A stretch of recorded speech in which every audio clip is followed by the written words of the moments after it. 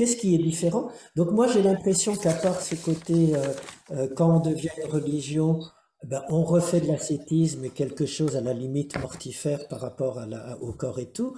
À part cette tendance qui existe dans le bouddhisme ancien, il faut le reconnaître, on retrouve un genre de sagesse qui consiste à dire que dans la vie quotidienne, on va essayer d'appliquer des principes, des modèles, comme faisait Épicure et comme fait Marc Aurèle, hein, tout bêtement pour devenir sage à ce niveau-là, pour vivre au mieux. La seule chose qui change beaucoup, c'est que chez Marc Aurèle, et chez Épicure, c'est la raison qui est le guide, si vous vous souvenez. Hein. Mhm. C'est la raison qui doit permettre de se conforter, puis c'est pour se conforter à l'ordre de la raison. Alors que alors que dans le bouddhisme, c'est pour atteindre une vision claire du réel, et c'est pour être un complément à la méditation. Là, c'est vraiment la grande différence, je trouve. C'est qu'au niveau des moyens, en Occident, on va privilégier la raison et le fait de croire que on peut avoir une vie raisonnable, et que c'est la raison qui va me permettre de réguler tout ça. Alors que chez les Orientaux, la raison, ce n'est qu'une faculté parmi les autres. Et on va et c'est plutôt essayer d'atteindre une sagesse euh, où la méditation va avoir son rôle à jouer justement en plus.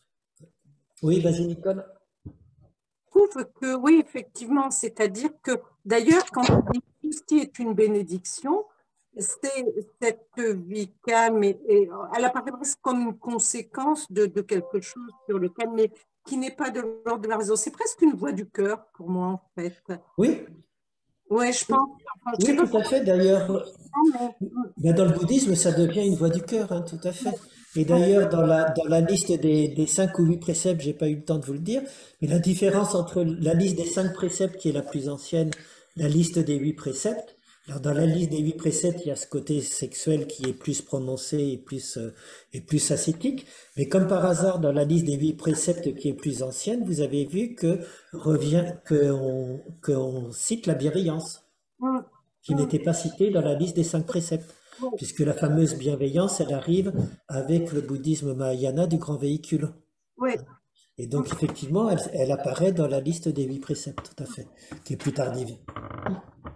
Voilà. Alors, puisque la méditation, c'est une des différences, eh ben, on va faire je vous propose de commencer un petit peu, de faire pendant nos 40 minutes, là, la méditation. Alors, méditation focalisée, petite marche, et puis on reprendra la méditation après. Et là, ça va être méditer avec Bouddha. Donc, je vais toujours faire avec des citations même du Bouddha. Les citations du Bouddha que je vais faire pour la méditation, c'est le texte, Claire les connaît puisque tu as fait l'approfondissement, hein, c'est l'Anapati Sutra, qui est le texte de référence de la pleine conscience. Hein, donc celles qui ne le connaissent pas, vous allez le découvrir un petit peu. Et c'est vraiment le texte fondamental du Bouddha, l'Anapati Sutra, sur comment méditer. Et qu'est-ce que la méditation? Et vous allez retrouver les 5 stades de la méditation de Kabat-Zinn, qui s'est contenté enfin contenté, c'est sans aspect négatif, qui a repris ce qu'on trouve dans l'Anapanasati Sutra sur la méditation sur le souffle, sur les sensations corporelles, sur les sens et les sons, sur les pensées, et à la fin sans objet. Ben, c'est ce que vous allez découvrir, puisque là c'est vraiment l'un des plus anciens textes du Bouddha qui est sur comment méditer. Donc je parlerai peut-être un petit peu plus pour vous faire découvrir le texte, mais je vais laisser des silences, bien entendu, aussi. Donc je vais vous inviter à vous installer dans la posture de méditation, si vous voulez bien.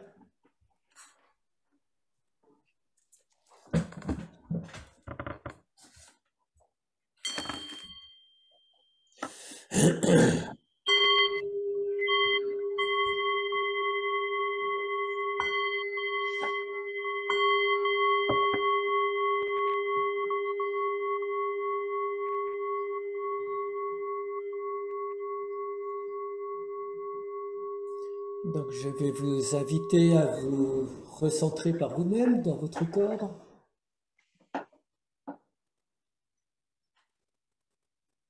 en trouvant une posture aussi confortable et stable que possible.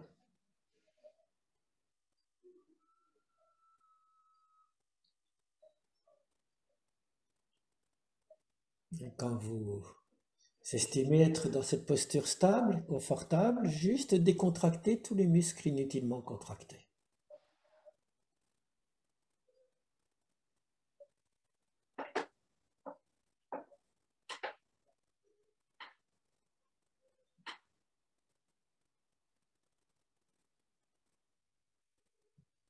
Donc le texte du Bouddha commence en disant: il existe une voie merveilleuse pour aider les êtres vivants à se purifier, à transformer complètement la souffrance et la peine, à mettre fin à la douleur. Quelle est cette voie? Ce sont les 4 établissements de la pleine conscience. Qu'est-ce que ces 4 établissements? Le premier, c'est de s'établir dans la pleine conscience du corps.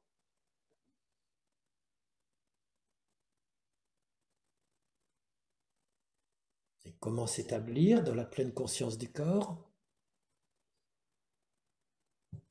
C'est ce que vous faites au début de chaque méditation. On établit la pleine conscience devant soi, ça veut dire on s'installe dans la pleine conscience. Et il inspire, conscient qu'il est en train d'inspirer. Et il expire, conscient d'être en train d'expirer. Juste revenir au souffle, en pleine conscience de l'inspiration, de l'expiration dans le corps.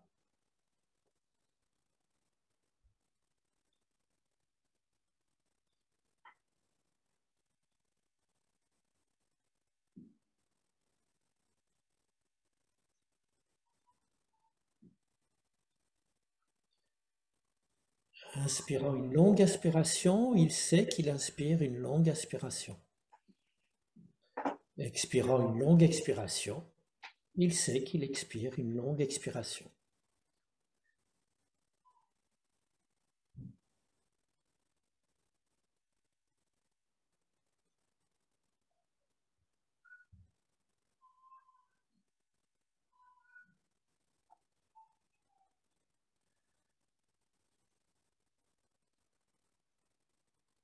J'inspire, je suis conscient de mon corps respirant, j'expire, je suis conscient de mon corps.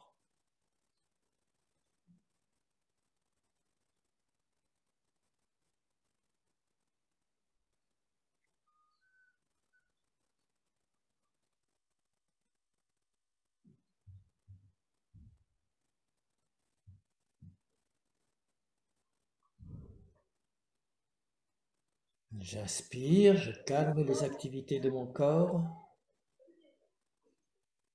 J'expire, je calme les activités de mon corps.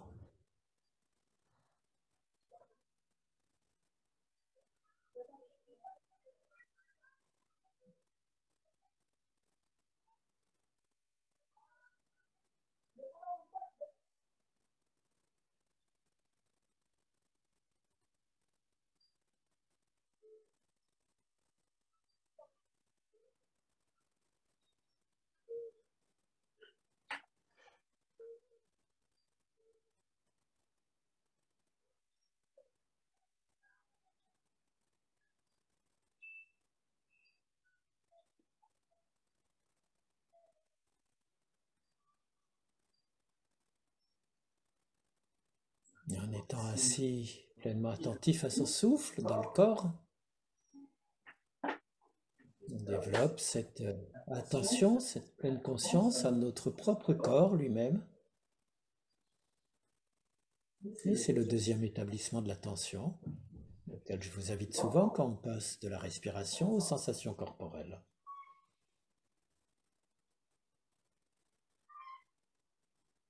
Donc le Bouddha continue en disant: le méditant contemple, il y a un corps ici, jusqu'à ce que vienne la compréhension, la pleine conscience de son corps présent.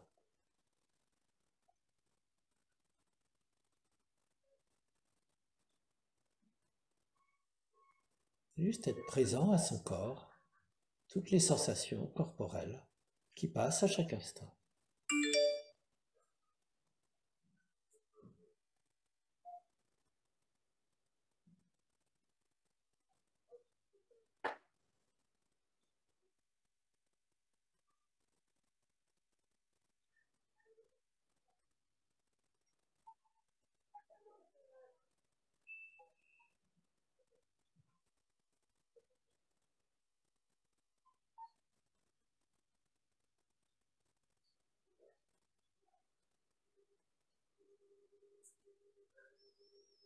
Et quand on explore les sensations dans le corps, on s'aperçoit qu'elles sont évanescentes, éphémères, changent sans arrêt.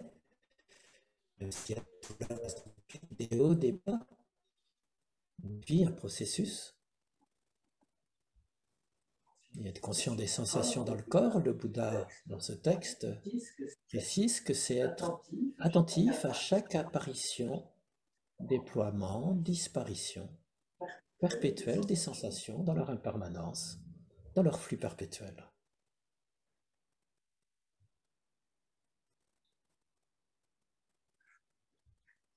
Le méditant s'établit dans la pleine conscience du processus de devenir dans le corps.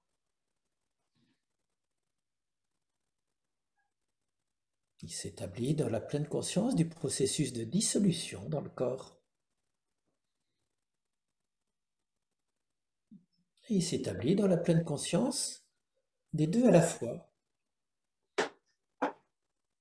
L'apparition, le devenir, la dissolution des sensations dans le corps.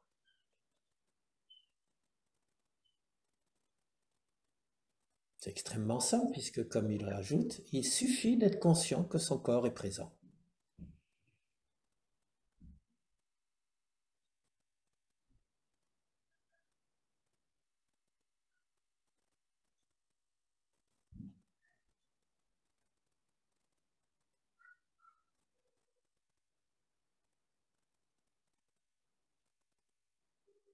Et redescendre dans son corps, réhabiter son corps, ses sensations perpétuellement changeantes, c'est ce qui permet de se libérer des attachements au monde auxquels on ne porte plus d'attention.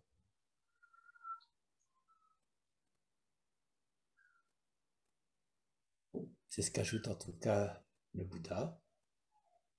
Ainsi, il s'établit librement, n'étant pris dans aucune considération attachée au monde. C'est ce qu'on appelle la pleine conscience du corps dans le corps.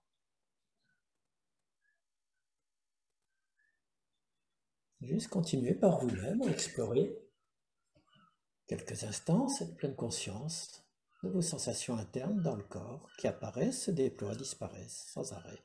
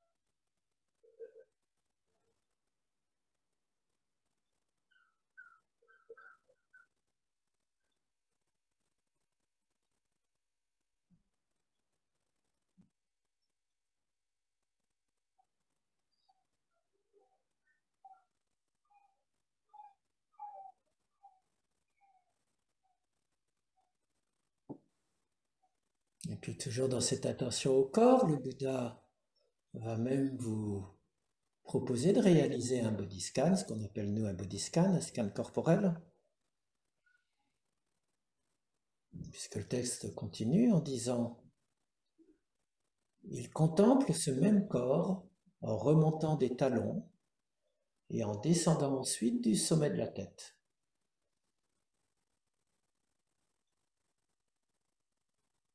C'est exactement ce qu'on vous invite à faire dans le body scan, soit de la tête, soit partant des pieds vers la tête et redescendant éventuellement de la tête vers les pieds.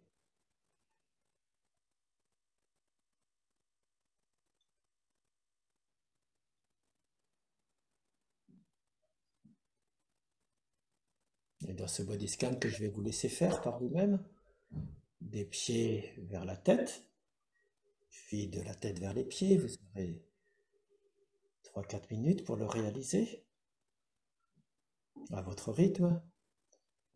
Vous pouvez être attentif à chaque partie du corps, chaque organe que vous allez trouver traversé, puisque le texte de Bouddha continue ainsi. Ce corps est recouvert de peau, d'éléments impurs comme les cheveux, les poils, les ongles, les dents, la peau, la chair, le cartilage, les os, la moelle, les reins, pardon, le cœur, le foie, la plèvre, la vésicule biliaire, les poumons, les intestins, les excréments, la bile, le flegme, le pus, le sang, la sueur, la graisse, les larmes, la salive, la mucosité, l'urine. Juste explorer comment notre corps est un assemblage de tous ces organes, de la peau, du squelette. Et à l'époque du Bouddha, l'exercice consistait à voir comment chacun de ces organes renvoyait à l'un des 4 éléments, la terre, l'eau, le feu ou l'air, pour comprendre que je n'étais pas différent. J'étais juste un assemblage des 4 éléments, perpétuellement changeants. Je vais vous laisser faire vous-même. Remonter des pieds vers la tête, attentif à cet assemblage d'éléments, d'organes, de muscles, d'os, qui nous constituent, et redescendant après de la tête aux pieds.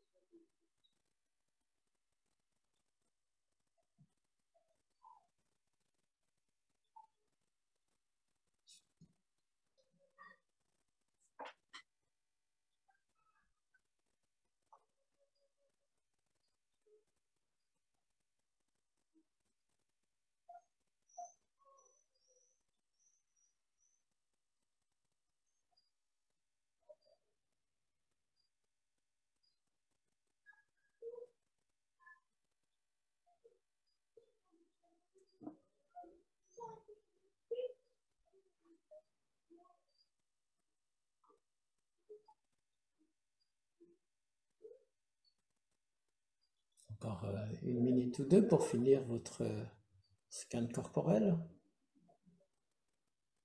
ou en refaire un nouveau.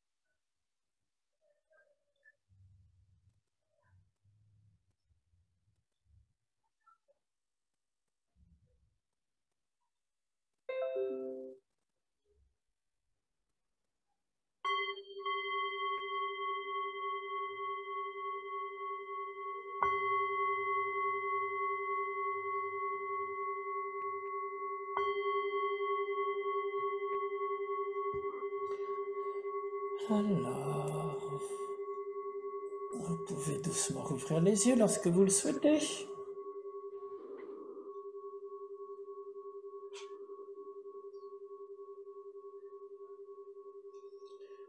Bougez, vous relevez.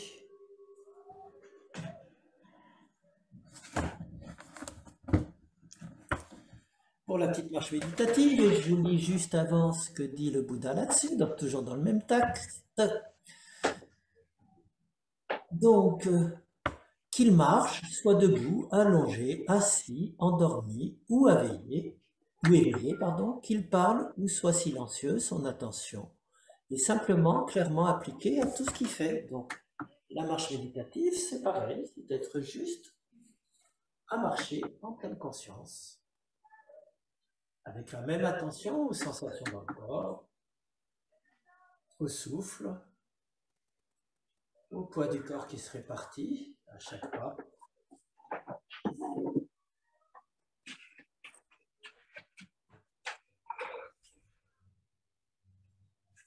Être uniquement présent à la marche en train de se faire.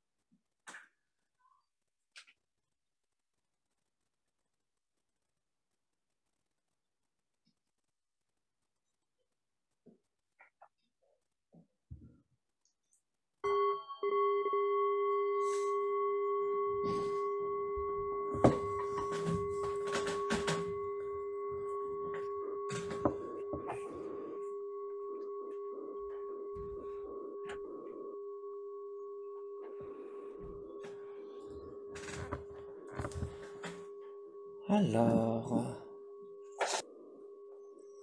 on va pouvoir reprendre, faire la deuxième méditation. Donc, dans la deuxième méditation, vous allez voir, on va continuer les différents stades de la méditation que vous connaissez, qui sont dans le Satipatthana Sutra. Là, on a vu juste les deux premiers stades, qui sont le souffle et les sensations corporelles.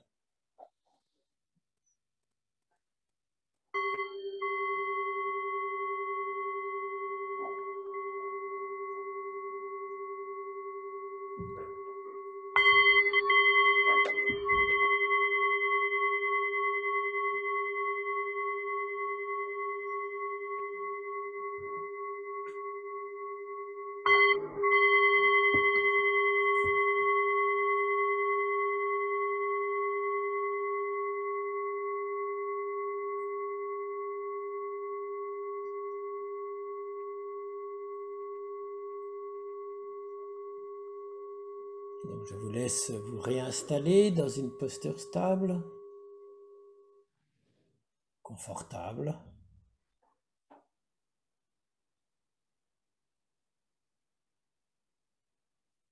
Décontractant les muscles.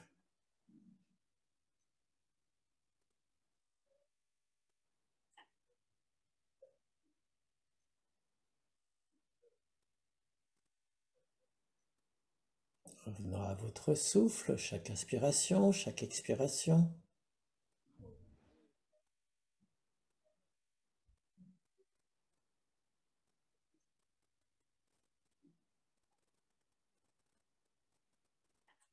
Puis à vos sensations dans le corps à chaque instant, comment elles apparaissent, se déploient, disparaissent.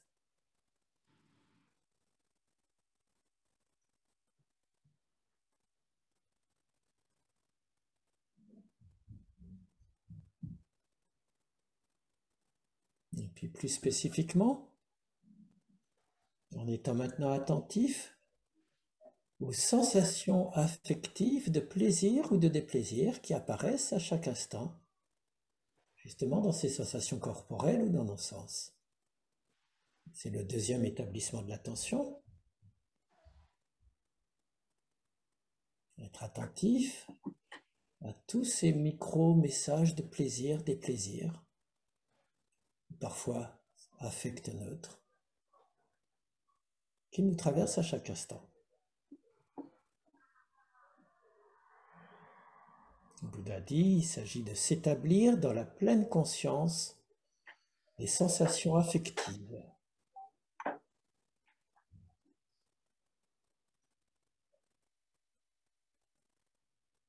Et comment s'établir dans la pleine conscience des sensations affectives? L'enseignement du Bouddha est toujours extrêmement simple, quelque part il n'y a rien à faire. Juste utiliser sa pleine conscience. Ce qui vous explique, lorsqu'on éprouve une sensation de plaisir, le méditant ou le moine est conscient. Je ressens une sensation de plaisir. Éprouvant une sensation corporelle plaisante, il est conscient. Je ressens une sensation corporelle plaisante. C'est aussi simple que cela. Appliquer la pleine conscience aux sensations de plaisir.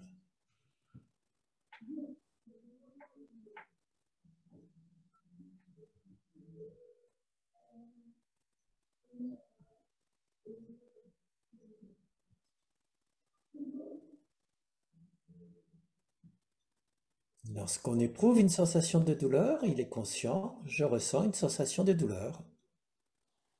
Éprouvant une sensation corporelle déplaisante, il est conscient, je ressens une sensation corporelle déplaisante.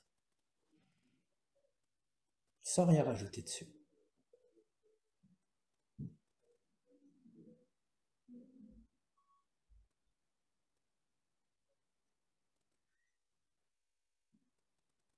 Et lorsque la sensation n'est ni plaisante ni déplaisante, être conscient, je ressens une sensation ni plaisante ni déplaisante. Éprouvant une sensation corporelle neutre, je ressens une sensation corporelle neutre.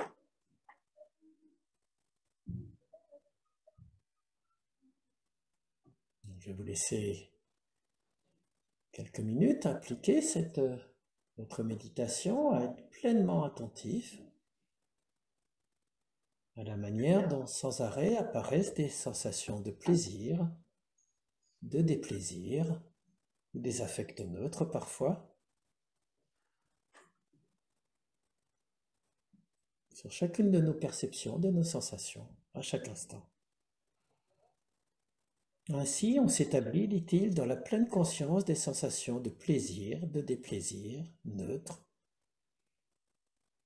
en restant pleinement conscient du processus de devenir de ces sensations et de leur dissolution, et des deux à la fois. Donc juste explorer ce jeu des affects de plaisir, des plaisirs neutres, à chaque instant.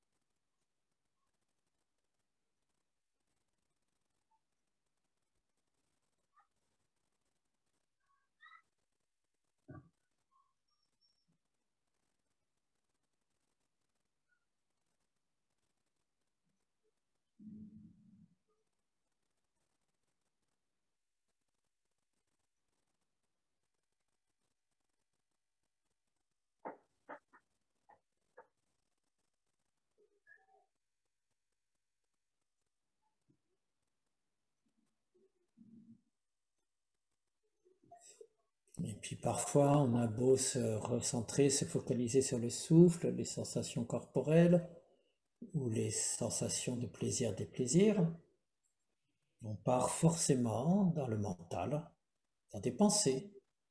Et avec les pensées viennent les émotions, les passions. Et c'est le stade suivant auquel le Bouddha préconise de se rendre attentif dans la méditation.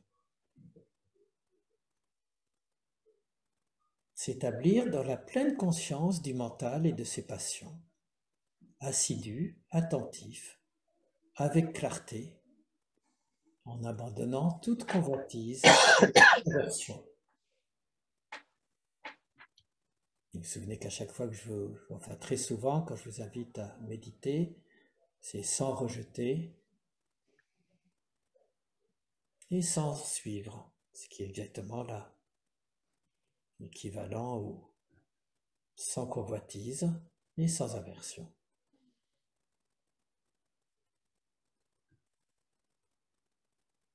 Et comment établir cette pleine conscience dans le mental? Demande le Bouddha. La réponse est toujours aussi simple. Lorsque son mental désire ou a une passion, il est conscient, mon mental désire, il a une passion. Lorsque son mental ne désire pas, il est conscient, mon mental ne désire pas, n'a pas de passion.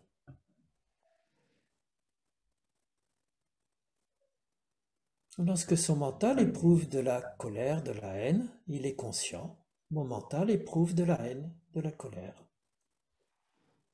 Et lorsque son mental n'éprouve pas de haine, il est conscient, il n'éprouve pas de haine.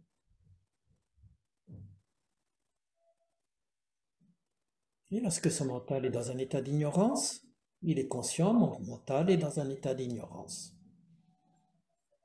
Et lorsqu'il n'est plus ignorant, il est conscient, mon mental n'est plus ignorant. C'est le seul travail de la pleine conscience, juste être pleinement conscient, sans se faire embarquer, sans rejeter toutes ces pensées, les passions que les pensées amènent.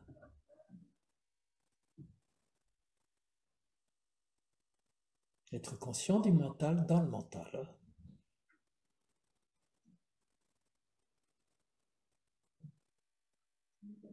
Je vais vous laisser 1 minute ou 2, expérimenter, explorer comment vous pouvez accueillir vos pensées, votre mental, et toutes les passions qui en découlent.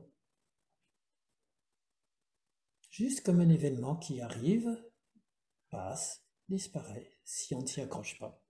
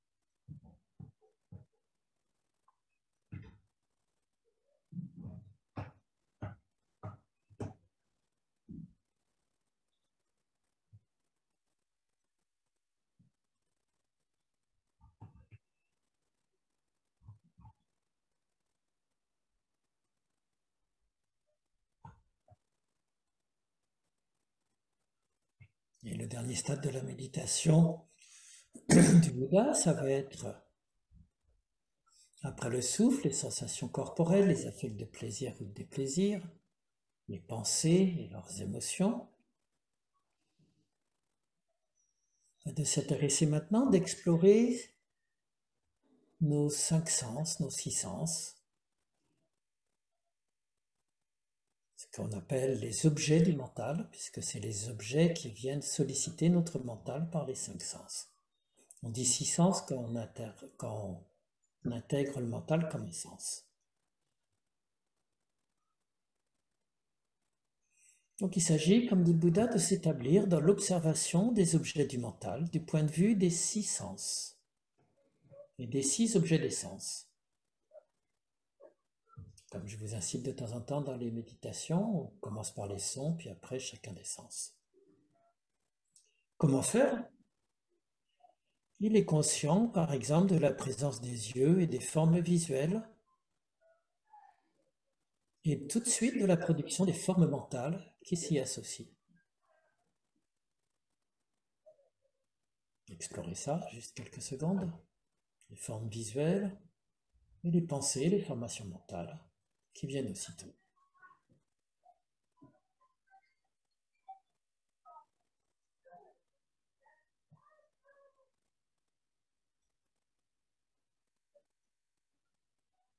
Et puis vous pouvez faire pareil avec vos oreilles et les sons.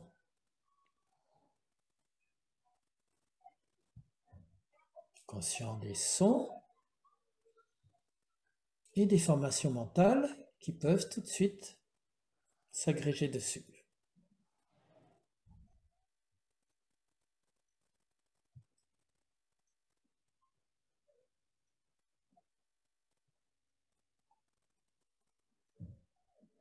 Et vous pouvez faire pareil maintenant avec les sensations tactiles, les objets que vous touchez, que votre corps touche. Revenir à ces sensations, les contacts, et à toutes les représentations mentales qui les accompagnent.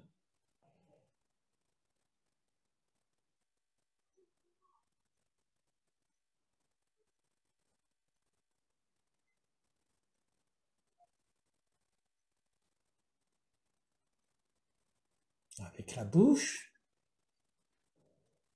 les sensations gustatives, sucrées, amères, acides, humidité ou pas.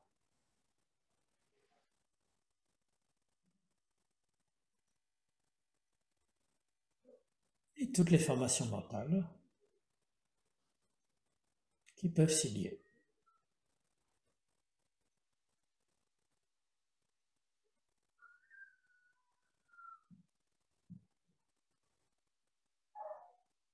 Et puis vous pouvez passer au nez, les odeurs que vous sentez.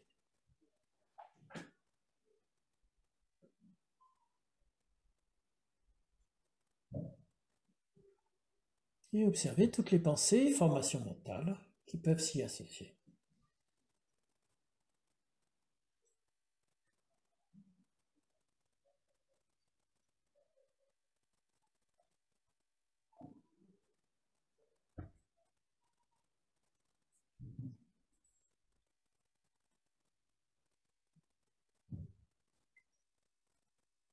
Et puis vous pouvez faire pareil avec les idées, les pensées qui passent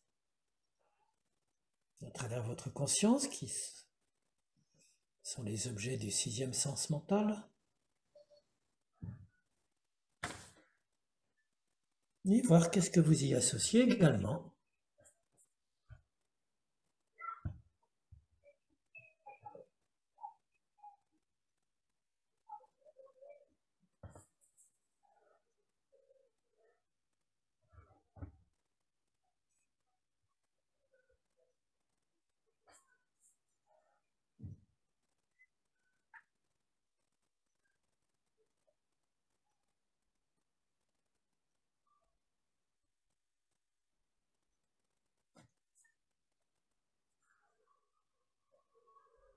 Et puis parfois, vous pouvez même avoir des états émotionnels comme de la joie, du bonheur, de l'équanimité, de l'énergie, qui peuvent apparaître dans la méditation.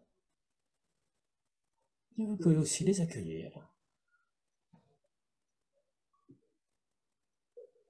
C'est ce que le Bouddha appelle les objets mentaux libérateurs, les facteurs d'éveil.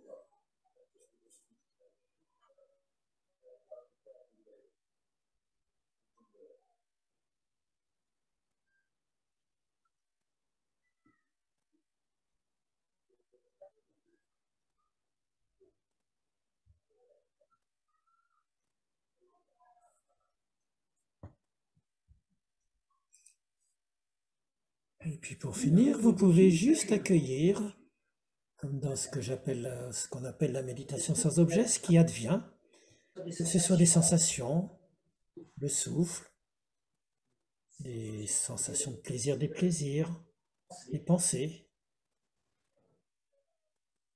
des choses qui viennent des 5 organes des sens ou 6. Juste accueillir ce qui advient, attentif à la manière dont ça apparaît, se déploie, disparaît, sans vous y attacher.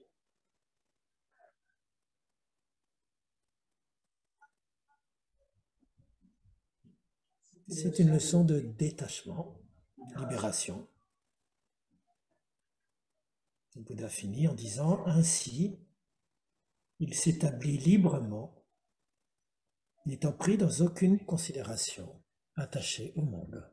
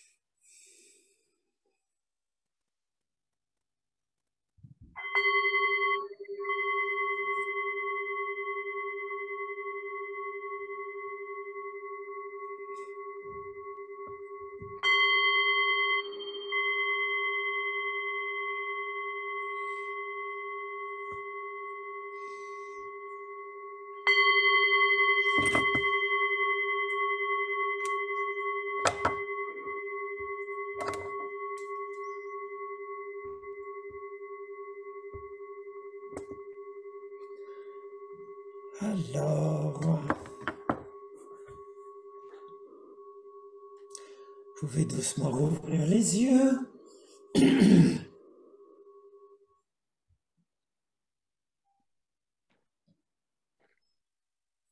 Est-ce que vous avez des commentaires sur cette... Donc le texte c'est Satipatthana Sutra, c'est vraiment le texte de référence sur les 5 objets de l'attention dans la méditation, qui sont le souffle, les sensations corporelles, le plaisir des plaisirs neutres, les pensées, et puis après tous les 6 sens également.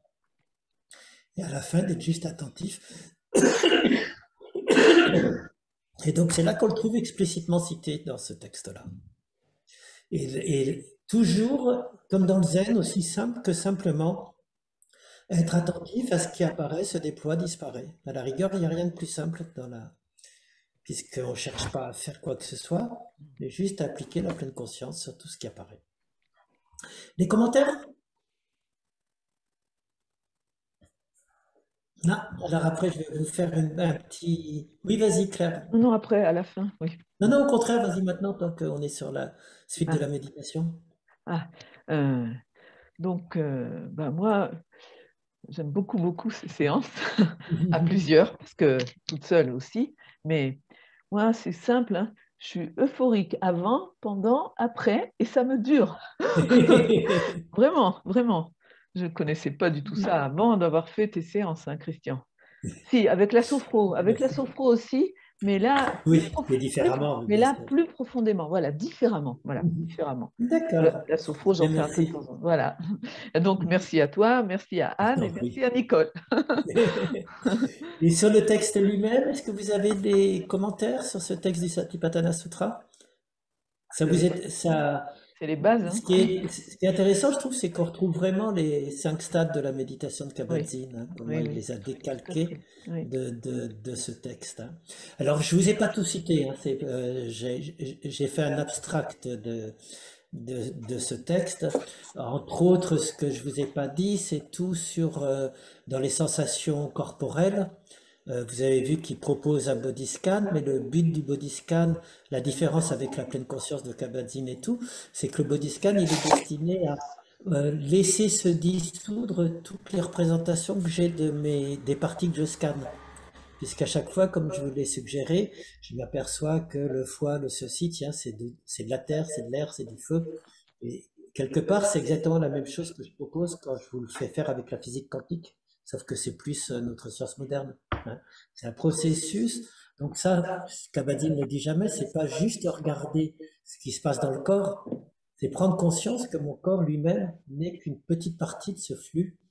Aujourd'hui, moi je dirais quantique, mais de terre, d'air, des 5 éléments qui s'agrègent. Et dedans, dans le texte du Bouddha, il y a bien entendu une méditation sur la mort qui est liée aussi, puisque c'est prendre conscience que tout est appelé à apparaître, disparaître sans arrêt, pour se libérer de la crainte de la mort et tout. Voilà, donc je vous ai fait une petite, quelque chose d'un peu plus court. Je vais vous... Oui, vas-y, Nicole. Justement, je veux réagir à ce que tu viens de dire parce que c'est vrai que moi, quand alors ce que tu préconises et qui est préconisé en général à proposer, c'est de voilà, saisir quand est-ce que la sensation apparaît et quand est-ce qu'elle disparaît. Oui, tout à fait. Ça déjà, bon, pour moi, c'est pas ce qu'il y a de plus facile, mais j'y viens petit à petit. Et ce qui me marque beaucoup dans cet exercice-là, en tout cas que je commence à aborder, c'est que finalement, c'est vraiment ça. On sent l'évanescence, l'impermanence. Tout à fait. Peut-être que j'en viens à me dire que si je ne le fais pas avec spontanément, c'est peut-être que ça me fait un peu peur. Je vous dis ça comme bien ça. Sûr. Bien sûr, mais je me dis, et une fois en yoga, c'était une dame américaine qui était venue nous voir, hein, une femme qui a fait beaucoup de choses dans le monde du yoga et qui nous avait proposé cette méditation partie par partie. C'est-à-dire que dès on pensait à son doigt, il passait en cendre. Ouh là là, ça c'est quelque chose. Hein, je vous dis oui, ça c'est dans le bouddhisme ancien, c'est tout à fait ça. De base. Mais petit à petit, en tout cas, je trouve beaucoup plus doux de faire voilà, l'apparition et la disparition, tout à fait. Oui, bien sûr. Mais pour répondre deux choses, la méditation allongée, à la base, ça s'appelle la méditation du cadavre. Hein. Oui, on l'a fait. C'est-à-dire prendre conscience que bon, ça on ne dit jamais à des débutants MBSR, mais c'est vrai que c'est... Et la deuxième chose, ce que tu commences à comprendre qui est super, c'est que cette fameuse notion centrale, qui n'est pas une notion de l'impermanence, hein, l'impermanence, c'est pas là je me dis que je vais être patient et puis je vais tout subir parce que de toute façon, heureusement, tout est impermanent et tout va passer. Ça, c'est le degré 0 ou 1. Hein, c'est oui, je sais que c'est impermanent, donc je me répète que tout est impermanent et tout va passer. Beaucoup plus profondément, c'est de rentrer dans ce flux de l'impermanence. Et au début, ça peut faire un peu peur parce que c'est rentrer dans ce processus où tout apparaît, disparaît, vie et mort sans arrêt. Dans le Zen, on dit vie et mort sont dans chaque instant. Et quand on rentre, donc je comprends au début, il peut y avoir une réticence. Mais quand on rentre dans le processus de l'impermanence, et pas comme une idée extérieure, on vit le processus de la vie. Et c'est éminemment libérateur. Puisque c'est vivre le processus d'une vie qui apparaît, se déploie, disparaît, se recrée perpétuellement. Mais qui intègre la mort, qui intègre la permanence, etc. Tu vois, donc c'est tout à fait que tu touches un peu à ça. Oui. Et puis, c'est d'être le flux, au lieu de se dire le flux est impermanent. Et du coup, ça peut être totalement libérateur, bien sûr. Oui, c'est ça. Pour moi, c'est très important, Christian, la notion de ce qui est libérateur et de ce qui est aliénant. Parce que bien sûr. parfois, dans les cercles de yoga, qui sont peut-être pas les plus profonds, hein, soyons clairs, que j'ai pu fréquenter, on proposait parfois ou la bienveillance ou l'impermanence comme des outils un peu faciles. Voilà, ça va passer. Bon, non, mais moi, c'était plus aliénant que libérateur. Tout à fait, bien sûr, parce que c'est un genre de diktat moral qu'on me dit de penser. Ah, il faut que ça va passer, ok. Ben non, ça passe pas. Qu'on peut essayer de contrer, enfin j'en sais rien, si c'est une dictature par exemple, c'est pas de nous dire que ça va passer ou qu'il faut être bienveillant et tout accepter, non, ça marche pas. Non, tout à fait. Sur la bienveillance, c'est pareil, hein, le Dalai Lama dit explicitement dans un texte que je fais en approfondissement que Claire connaît, il dit explicitement, surtout ne répétez pas que vous êtes veillant comme une vieille bête que vous adressez à tout le monde. C'est pas une formule qui remplace une prière. Ah, non, c'est beaucoup plus profond, c'est ouvrir le cœur, etc. quoi. Donc, voilà, donc oui, tu es sur la bonne voie à ce niveau-là, je pense. C'est vraiment vivre le flux de l'intérieur totalement. Et petit à petit, on y arrive. Moi aussi, ça m'a pris du temps. À voir que la permanence, c'était pas une notion, mais c'est dans le flux. Oui, Anne, vas-y. Ouais. Moi, justement, j'étais très, très contente parce que j'ai vécu cette impermanence de manière très fluide et finalement très sécure. Très sécure parce que systématiquement, au moment d'après, c'était que la suite de l'autre. C'est ça. Et ça m'a rappelé quand une de mes filles rentrait en sixième qu'elle avait peur et je lui avais dit, mais tu sais, c'est que la suite logique des choses. Et je trouve que là, ce que j'ai ressenti, c'était effectivement qu'à chaque moment, il y aurait une autre respiration. Donc, je me suis laissée complètement bercer. Après, j'étais un peu triste parce que j'avais l'impression, par rapport à moi-même, dans le jugement que je me faisais, de frôler la limite de l'endormissement. Mais c'était très doux et ça coulait, mais vraiment, j'ai envie de dire, d'une manière sécure et non tumultueuse. Oui, merci bien. C'est effectivement un peu dans le même sens que ce que dit Nicole. Et ben, quand il y a un endormissement qui arrive, c'est de l'accepter pareil. Et souvent, du coup, il va.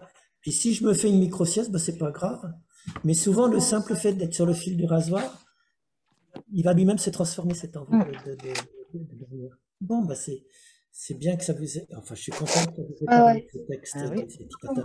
Oui. Donc, c'est de là que vient la fameuse pleine conscience laïque de Kabat-Zinn. C'est de ce texte où tout est dit sur la méditation. Alors maintenant, dans la dernière demi-heure, rapidement, je vais vous dire un petit peu plus sur Bouddha pour recontextualiser à la fois la méditation et les conseils de vie dans la vie quotidienne. Donc, je me sers de mon livre qui est Les 4 nobles vérités du Bouddha.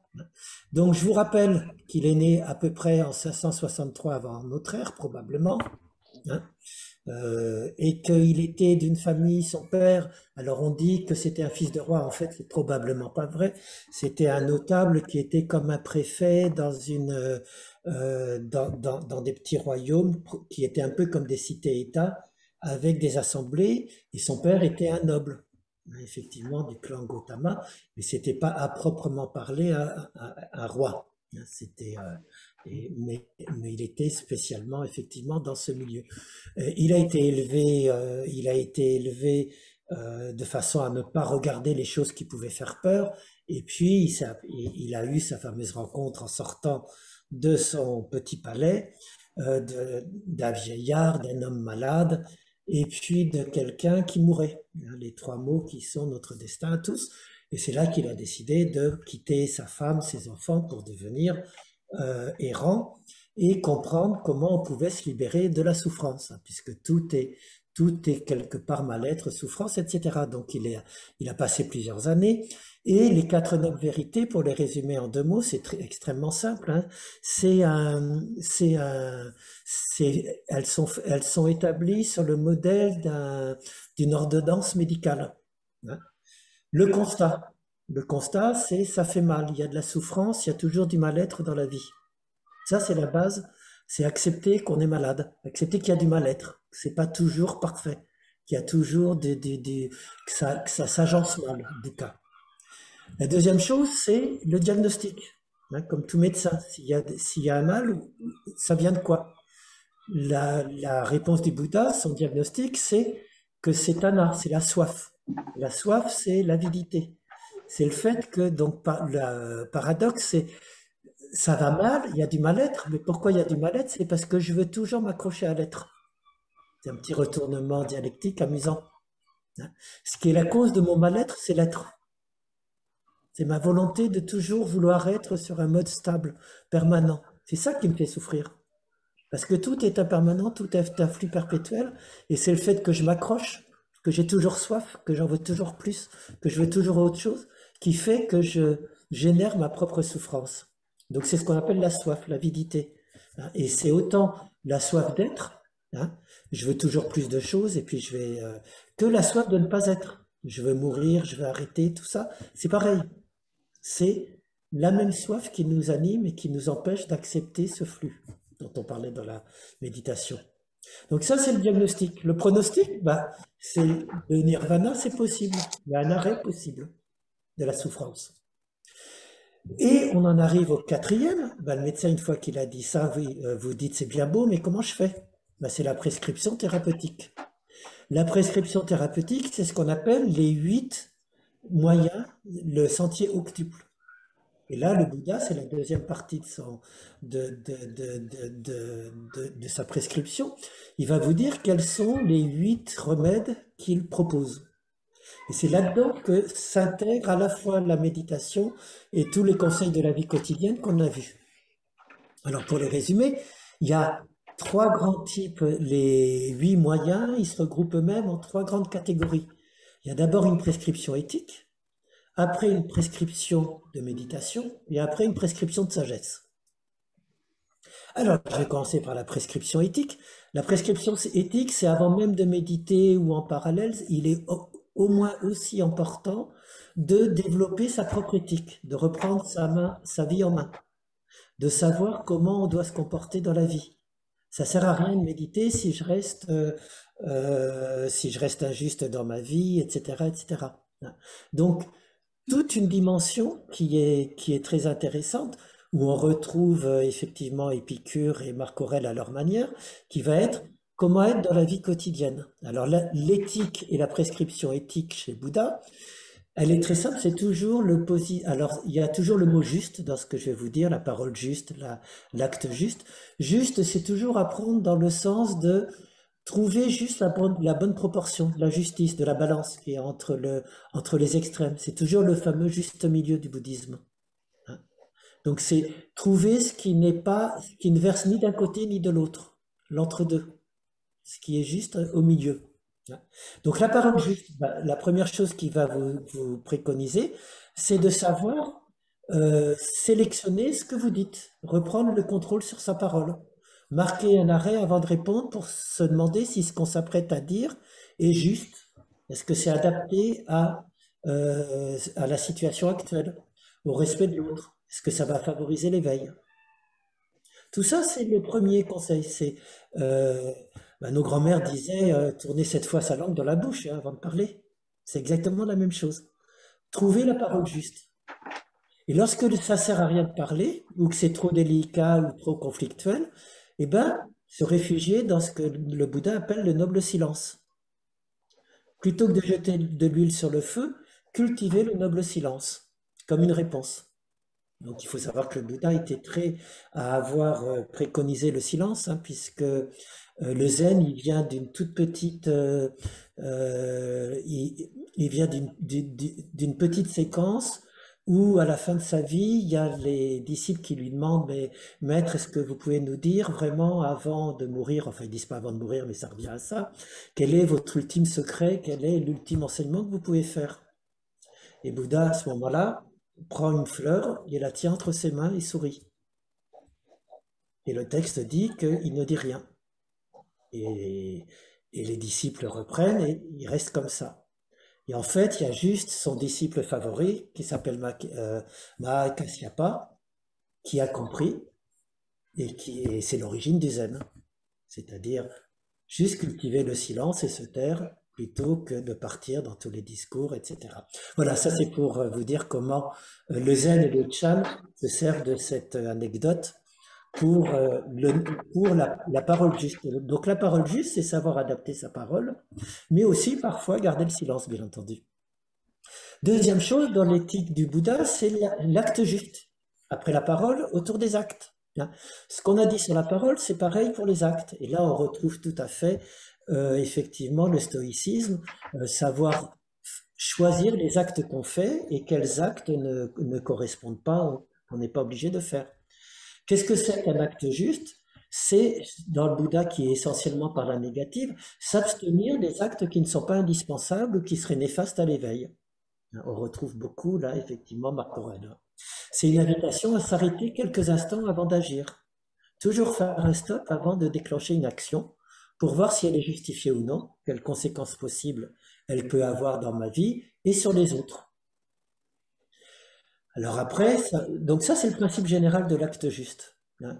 Juste faire un stop, réfléchir à quelles vont être les conséquences de l'acte, est-ce qu'il est adapté, etc. Alors après, dans les actes justes, ça va être moralisé et il va y avoir les 5 conseils que vous avez vus, s'abstenir de mentir, ne pas tuer, ne pas voler, ne pas consommer de substances, ne pas tomber dans les excès de plaisir, etc. Donc l'éthique du Bouddha, c'est la parole juste, l'acte juste, et le troisième, c'est les moyens d'existence juste. Ça, c'est toujours intéressant et amusant. Les moyens d'existence juste, Bouddha vous dit que si vous avez une profession qui fait que vous avez des conséquences négatives, ben ça va rentrer forcément en contradiction avec votre propre recherche. Donc, à son époque, c'est bien entendu, par exemple, les bouchers, le fait de tuer des animaux, ça va avoir, aujourd'hui, moi j'ai toujours envie de dire, et je l'ai mis dans mon texte, le commerce des armes, des choses comme ça. Est-ce que mon activité professionnelle a une utilité ou non, ou est-ce que ça rentre dedans? Voilà, ça c'est les 3 choses essentielles du Bouddha dans son éthique. Hein. C'est la parole juste, l'acte juste, les moyens d'existence justes, et puis qui a été rajouté après, l'amour bienveillant, bien entendu. Hein. La compassion et l'amour bienveillant qui proviennent de la compréhension de l'impermanence et du détachement. C'est mon premier petit volet qui est développer une éthique dans sa propre vie. C'est clair pour tout le monde? Vous avez des questions sur cette éthique? Ben, le deuxième volet, où on est spécifiquement avec le Bouddha, ça va être de cultiver la méditation. C'est vraiment toujours les deux dans le bouddhisme. À la fois la vie quotidienne, ma vie sociale, ma vie dans le monde, où je dois essayer de développer une éthique la plus juste possible, et puis la nourrir par la méditation. Alors qu'est-ce que c'est que la méditation? Ben là aussi, il va y avoir 3 branches à nouveau, c'est pour ça qu'il y a 8 branches en tout. Les 3 branches de la méditation, c'est d'abord l'effort juste. L'effort juste, c'est l'effort que je fais tous les matins pour essayer de méditer, par exemple. C'est trouver l'énergie, l'attention pour mobiliser et se dire que je vais me poser, prendre l'assise pour travailler un peu sur ma sérénité, etc. C'est toujours entre les 2 extrêmes dans le bouddhisme. Hein. L'effort juste, ça veut dire que c'est ni le laisser aller qui consiste à c'est pas grave, je fais rien, ni l'effort ascétique qui irait dans des jeûnes, dans des ascèses, l'abandon de la société, etc. Juste trouver la discipline juste au niveau de la méditation. Après, c'est le fameux sati, le deuxième moyen de la méditation, c'est le fameux sati ou smriti qu'on a traduit par pleine conscience. C'est-à-dire apporter une attention juste à ce que je suis en train de faire, à ma posture, aux sensations, etc., etc. On l'a longuement vu. Donc tout ce qu'on appelle la pleine conscience, ce n'est que l'un des 8 moyens dans la discipline du bouddhisme et du Bouddha. Puisqu'on a les 3 moyens de l'éthique avant, on a l'intention, on a l'attention juste, là c'est vraiment la pleine conscience. Et puis c'est pas que ça. Le 3e, c'est les facteurs d'éveil et les samadhis, c'est-à-dire des états de méditation avancés, qui vont plus loin que la simple pleine conscience. Que Claire, tu as vu qu'on a travaillé dans les approfondissements, par exemple. Hein. Et où là, effectivement, c'est les 7 facteurs d'éveil. Je vous en ai parlé un tout petit peu dans cette méditation parce qu'il le citait dans le Satipatthana Sutra. Hein. C'est comme la joie, l'énergie, l'équanimité, le bonheur stable, etc. Savoir qu'on peut cultiver les facteurs d'éveil qui vont permettre de se transformer, d'avoir une transformation existentielle de soi, en déconnectant petit à petit nos conditionnements mentaux habituels, pour atteindre des petits éveils, et puis petit à petit des états de méditation avancés qu'on appelle les samadhis. Voilà.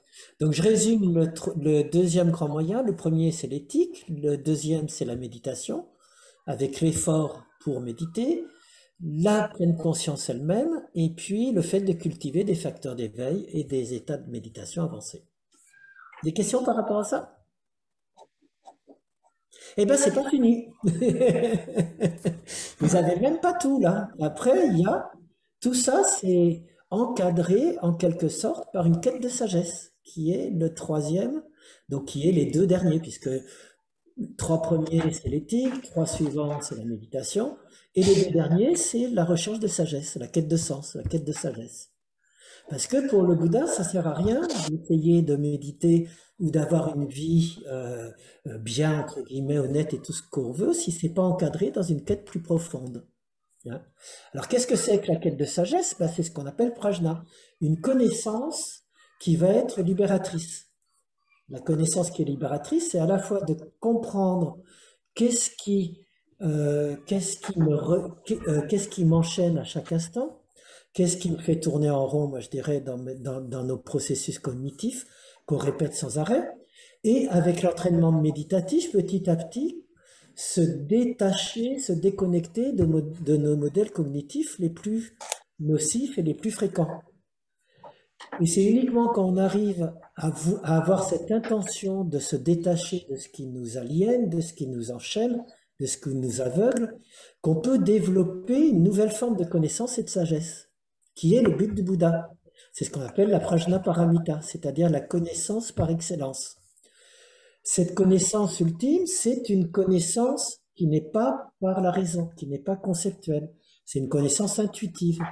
C'est l'intuition de qu'est-ce que c'est que la vie profondément, de ce courant, de ce flux, de son impermanence, de sa vacuité. Mais tout ça, ça passe par une vision globale, holistique, immédiate, mais qui se développe petit à petit par la pratique. Donc, c'est vraiment cette quête d'une sagesse au-delà de la simple raison. Et c'est là qu'à nouveau, on a la division et la différence avec notre Occident, les stoïciens, Épicure, Platon et tout, où nous, on pense que c'est la raison qui va régler tout.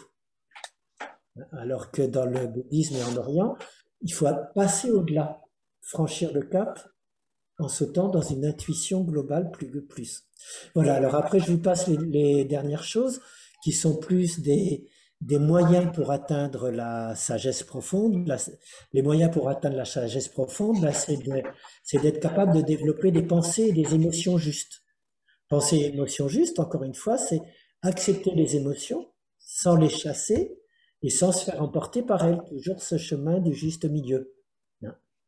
Après, ça va être d'éviter les pensées ou les émotions négatives, arrêter de cultiver tout ce qui est à l'origine de la haine, de la cruauté, de la colère, etc. C'est la fameuse non-violence du Bouddha. C'est-à-dire repérer toutes les pensées et émotions négatives pour essayer de ne pas les cultiver. Et la troisième chose, c'est à l'inverse, favoriser les pensées et émotions positives. Et donc, développer tout ce qui va être l'amour bienveillant, la compassion et les 4 vertus du cœur que Claire connaît, bienveillance, compassion, joie et équanimité, qui sont les 4 vertus incommensurables qu'on peut développer. Voilà.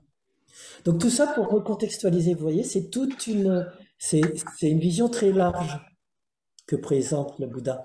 Alors, le stoïcisme aussi présente une vision large, l'épicurisme aussi. Mais là, j'ai l'impression que c'est une vision qui inclut autant une recherche de compréhension que des exercices de méditation, qu'une conduite éthique, et puis toujours dans une perspective peut-être, enfin pour moi en tout cas, mais qui va un peu au-delà de simplement le stoïcisme ou l'épicurisme, qui est juste comment être au mieux dans cette vie telle qu'elle est, quoi. Là, il y a une recherche de libération, de déconditionnement. Mais qui fait que ça peut verser, quand ça devient une religion, dans le côté ascétique, mortifère que vous avez dénoncé au début. Je suis tout à fait d'accord. Il y a à la fois une volonté plus radicale et plus profonde pour moi, avec ce danger. Voilà un petit peu.